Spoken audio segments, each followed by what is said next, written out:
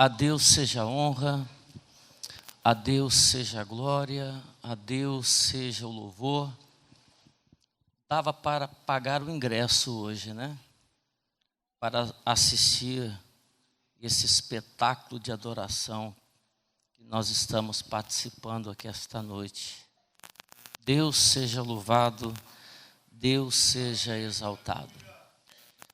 Pastor Hebron me avisou agora à tarde que eu ia trazer uma palavra. Eu disse: pastor, a minha responsabilidade para um culto de Santa Ceia, ela é enorme, ela é gigante, porque eu estou acostumado a falar em trabalhos evangelísticos, e uma palavra de ceia, uma palavra pastoral, é diferente.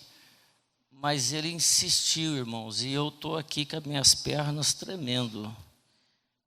Mas o Senhor é comigo. O Senhor está neste lugar. Aleluia. Eu me sinto privilegiado de estar na casa do Senhor. Eu me sinto honrado em participar desse culto. Eu me sinto honrado em participar desse ministério que iniciamos há 28 anos atrás. São 28 anos de lutas, são 28 anos de portas que se fecham, que portas que se abrem. São 28 anos que tem dias que a gente dorme numa cama bacana, como estamos dormindo aqui, mas tem dia que a gente dorme num colchão da grossura desse dedo e tem que dormir feliz e alegre. Tem dias que a gente recebe café da tarde no quarto e tem dias que a gente não come pão com salame. É assim a obra do Senhor, viajando esse Brasil, viajando pelos interiores dessa nação, enfrentando cada coisa, cada situação, mas nunca nós desanimamos, nunca nós perdemos o foco, nunca nós perdemos a esperança de que aquilo que nós estamos fazendo é para o Senhor Jesus. Aquilo que nós propomos no nosso coração para fazer é para a honra e para a glória do nome de Jesus, e que pessoas possam conhecer a Cristo através do louvor. Cantar bonito dentro da igreja, ok, todo mundo gosta, é maravilhoso. Mas cantar para tocar pessoas que estão nesse mundo horrível, horrendo, pessoas que estão vivendo sem esperança alguma, pessoas que estão esperando ouvir da nossa boca uma palavra que os tire da escravidão. É disso que o Senhor está buscando. Aleluia, aleluia. Eu tenho consciência, quando eu vejo aquele rapaz cantar, quando eu vejo meus companheiros cantar, eu tenho consciência que eu não canto nada, eu tenho certeza, eu tenho essa consciência completa. Mas e aí? Eu quero que o Senhor receba o meu louvor como cheiro suave. Eu quero que a minha voz seja um instrumento de Deus. Deixa eu contar uma coisa para vocês aqui. Eu nasci no interior do estado de São Paulo. Nasci numa pequena cidade de pouco mais de 3.000 habitantes. Naquela época, ou antes um pouco disso, a família do meu pai não era crente. Era de pessoas que não eram cristãos. E deixa eu dizer a vocês, eram de pessoas muito más, porque ele odiava os crentes. Do lado da minha mãe era diferente. Ela vinha de uma família de 16 irmãos, e todos 16 louvavam a Deus. Todos 16 faziam parte do coral da igreja. De 16 componentes, era tudo da mesma família. E minha mãe era a mais nova delas. Mas a história começa um pouquinho antes, quando esse coral começou a se desfazer. Minhas tias mais velhas começaram a mudar da pequena cidade. As oportunidades na cidade pequena são poucas. Começaram a casar e se mudar, e aquele coral se desfez totalmente, e só ficou a minha mãe, a mais nova delas. Mas minha mãe sempre foi muito estudiosa da palavra. Minha mãe sempre amou a palavra de Deus. Minha mãe, com 14 anos de idade, já tinha lido a Bíblia 2 vezes. Fato raro nos dias de hoje. Amava a palavra do Senhor. E quando ela chegou na idade de 17, 18 anos, só tinha ela de moça na igreja, pensa. Todo mundo tinha se mudado, as irmãs todas, e só tinha ela. E é natural que ela teve vontade de casar.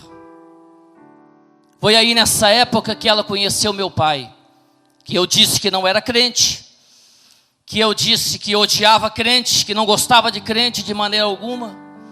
Mas ele viu aquela moça na rua, se apaixonou por ela, porque de fato ela era muito bonita. E ela disse para ele: olha, eu não namoro você, por uma simples razão: você não é crente. Você não pertence à igreja. Ele disse: não, mas então tá fácil, tá moleza. Se o problema é esse, para namorar você e ir para a igreja, eu vou. E ele começou a frequentar a igreja. Ele chegou a se batizar.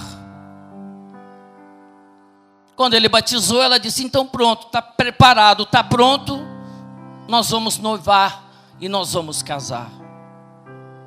E eles se casaram.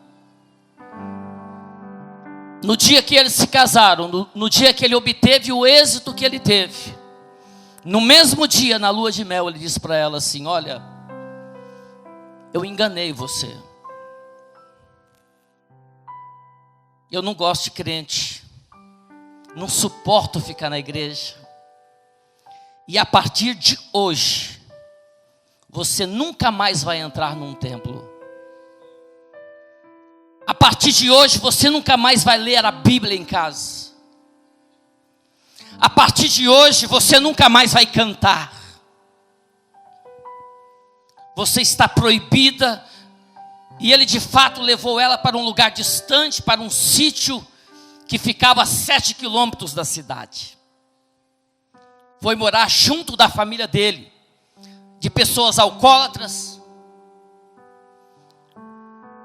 de pessoas que maldiziam tudo. Meu avô morreu bêbado em cima de uma cama, com 65 anos de idade. Eu tenho um irmão mais velho do que eu, que tem 63 anos de idade. Ele começou a beber com 9, e até hoje ele bebe todo dia um copo de cachaça.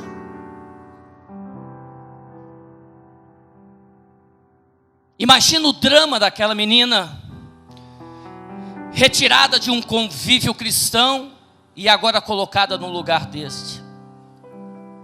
E de fato ela sofreu bastante.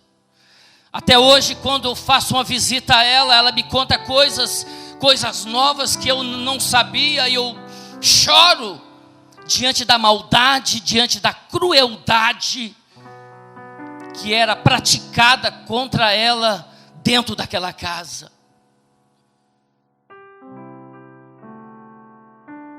Longe da família, longe da igreja, longe de tudo.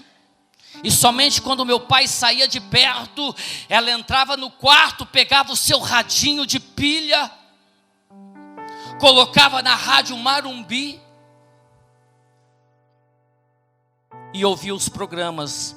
Mas se ela escutasse algum barulho de cavalo, algum barulho de trator, ela desligava correndo, escondia tudo e fazia de conta que nada estava acontecendo. E foi assim por muitos e muitos anos.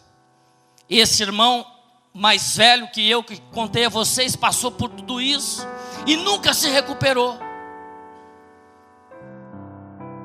Nunca se recuperou. Eu sou o terceiro. E eu tinha 3 anos de idade. Eu era uma criança que me comunicava normalmente. Eu era uma criança que não tinha problemas nenhum com a fala. Mas com 3 anos de idade acontecia algo terrível, ainda mais terrível. Nessa época meu pai resolveu comprar um caminhão para fazer viagens de frete. Tinha um sítio, não era o suficiente, então ele resolveu comprar um caminhão e começou a fazer viagens. E quando ele viajava, então eu tinha 3 anos de idade, eu tive o privilégio de minha mãe pegar na minha mão e caminhar comigo 7 quilômetros para ir até a igreja mais próxima. Meu irmão mais velho não teve a oportunidade. Minha outra irmã também não, mas eu tive. Ela me levava para a igreja. E com 3 anos de idade, eu comecei a ouvir os hinos. Com 3 anos, eu comecei a ouvir a palavra de Deus. E foram várias vezes, somente, tudo escondido. Ninguém podia saber. 3 anos de idade, caminhando. Algum tempo ela me carregava no colo, um tempo não dava. Se era com chuva não tinha problema, se tinha barro na estrada não tinha problema, se tinha poeira menos ainda. O importante era a oportunidade que nós tínhamos de estar na casa de Deus.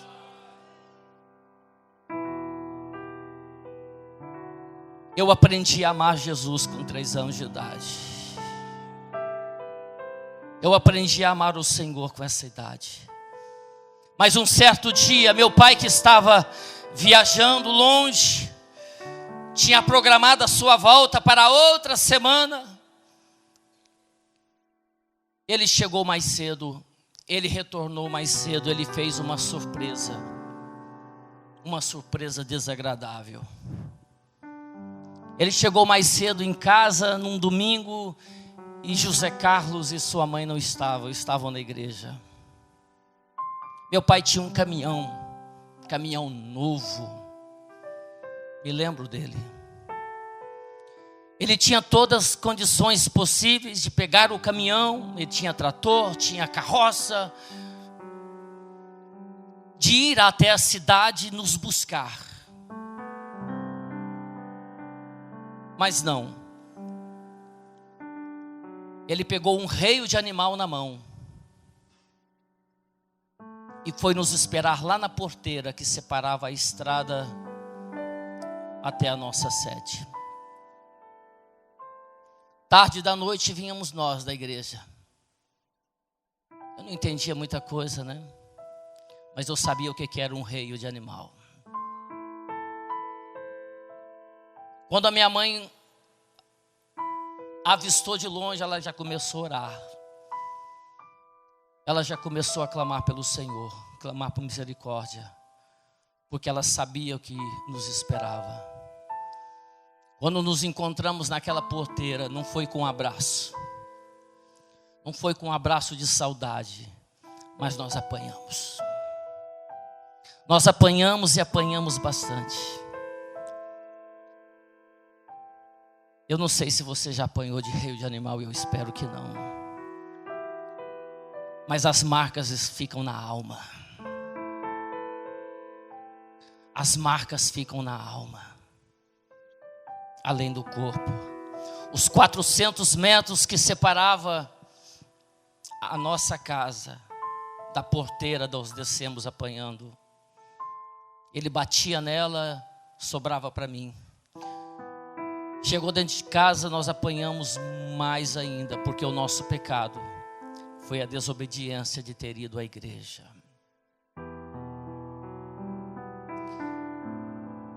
Esse que vos fala, naquele dia a voz foi travada, a voz foi embargada, e eu não conseguia pronunciar uma só palavra. Os vizinhos disseram: isso é um drama passageiro, vai passar logo. Foi o susto.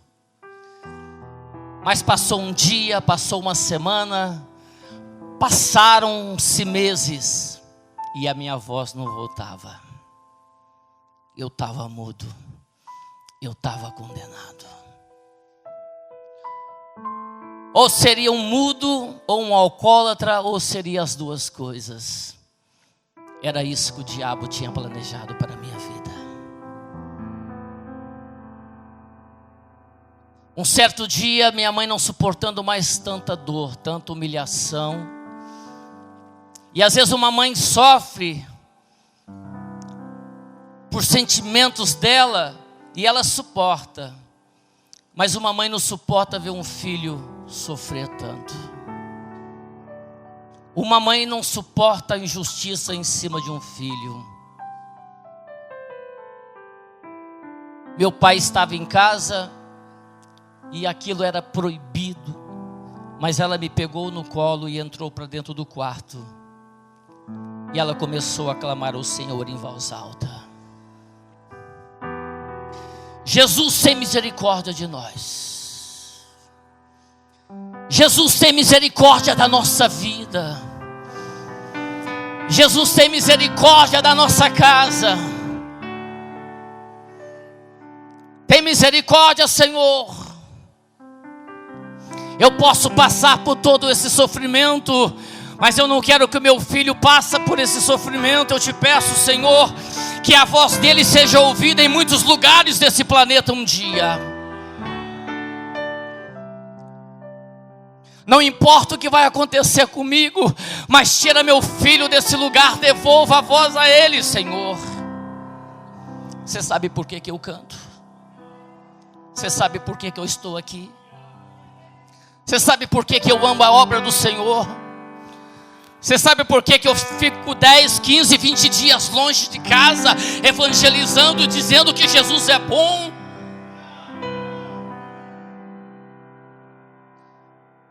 Diz que naquela mesma hora, depois de lágrimas que molhavam aquele chão, esse que não falava há muitos meses deu um grito e começou a falar novamente. Jesus me devolveu a voz. Aleluia. E eu hoje estou aqui na Assembleia de Deus em Sara, dizendo que Ele é bom, dizendo que Ele salva, dizendo que Ele cura, dizendo que Ele batiza e dizendo que Ele nos levará para o céu. Aleluia. Que nós possamos levar os nossos dons e talentos para que pessoas desse mundo possam conhecer a Cristo, possam conhecer a Jesus. Um dia eu estava na minha casa e o telefone tocou. E era alguém aqui do Rio Grande do Sul, uma pessoa que depois fiquei sabendo tinha bastante dinheiro, mas ela estava sofrendo uma enfermidade de atrofia. Os seus nervos começaram a atrofiar e ela não tinha mais movimentos. E não sei de que alguma forma chegou até ela. Nós não tínhamos ido a Porto Alegre até então, mas chegou até ela um CD do Quarteto Adoração. E ela me disse que começou a ouvir o CD, e começou a ouvir o CD por dias, e ela começava a clamar ao Senhor, ouvindo os louvores, e diz que certo dia aqueles nervos começaram a destravar, quando ela adorava a Deus, quando ela ouvia os louvores. E ela ligou dizendo: estou dizendo para você não parar, continue levando a palavra do Senhor, continue, porque eu sou testemunha que fui curada, que fui transformada, que o Senhor visitou a minha casa. Essa é a minha palavra nesta noite, que Deus abençoe a sua vida em nome de Jesus.